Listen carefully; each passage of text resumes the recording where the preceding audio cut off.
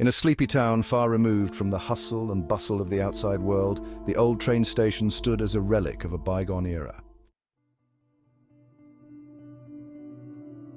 The townsfolk often whispered about the midnight train that seldom appeared, but when it did, strange and terrifying things followed. They called it the Midnight Phantom.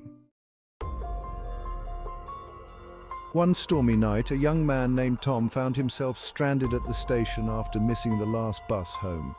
The wind howled outside and rain lashed against the windows. With no options left, he decided to wait for the elusive midnight train, convinced it was just a local fable.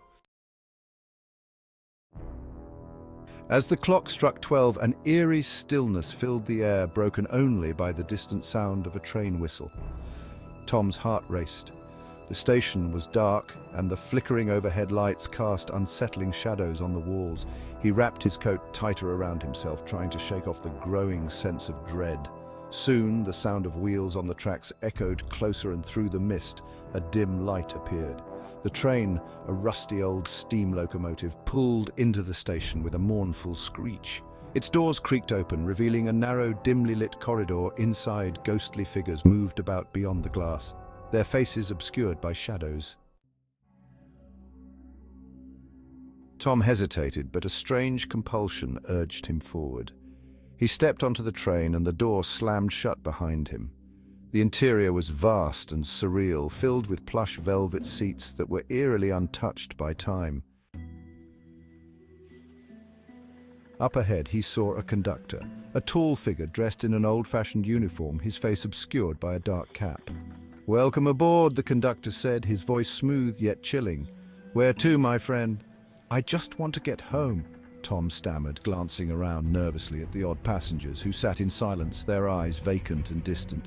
"Home, you say?" The conductor's grin widened, revealing teeth too sharp to be human. "This train doesn't run just anywhere. Are you prepared for the journey?" Paralyzed by fear, Tom nodded, unable to find his voice. The train jolted forward, and the landscape outside flashed by, twisted and warped, like a bad dream. Trees stood still, unnaturally tall, their branches clawing at the sky, while shadows danced on the periphery. As the train sped on, Tom began to notice the passengers more closely. Some were crying, some looked lost, and others appeared to be pleading for help. One woman turned to him, her eyes wide with terror. "Get off at the next stop," she whispered urgently. "You don't belong here." Before he could respond, the train lurched again, and the lights flickered ominously. Tom felt the weight of despair and hopelessness settling over him. The realization washed over him. These people had not boarded a train. They were spirits trapped between worlds, and he was in grave danger of joining them. The train slowed, approaching an old, desolate station illuminated only by a weak, flickering light. The conductor gestured toward the door. "This is your stop," he said, a malicious gleam in his eye. Panic surged within Tom. He had to escape. As the door creaked open, he bolted for the exit, pushing past the conductor. The cold wind whipped at him as he tumbled onto the platform, desperately looking for an escape route. The train's whistle blew again, a chilling sound that rang in his ears like a death knell. Heart pounding, Tom sprinted away, not daring to look back. The station had become a nightmarish landscape, full of shadows that reached for him.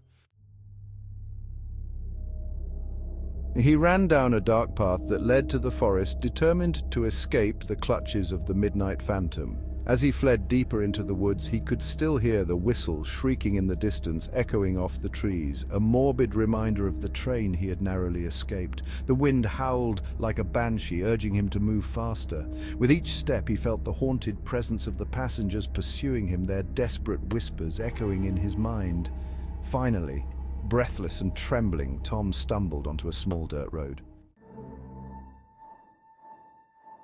He kept running until he reached the familiar sights of his town. He didn't stop until he was safe inside his home. But the terror didn't end there. For nights afterward, Tom would awaken to the sound of a train whistle echoing through his dreams. He could still see the conductor's sinister smile, hear the silent pleas of the lost souls. And every night, just as he began to drift back to sleep, He could feel the darkness come creeping back, as if the midnight phantom was waiting for him to let his guard down, waiting to claim him as one of its own. Eventually, Tom couldn't tell what was real and what was a dream. Was he still in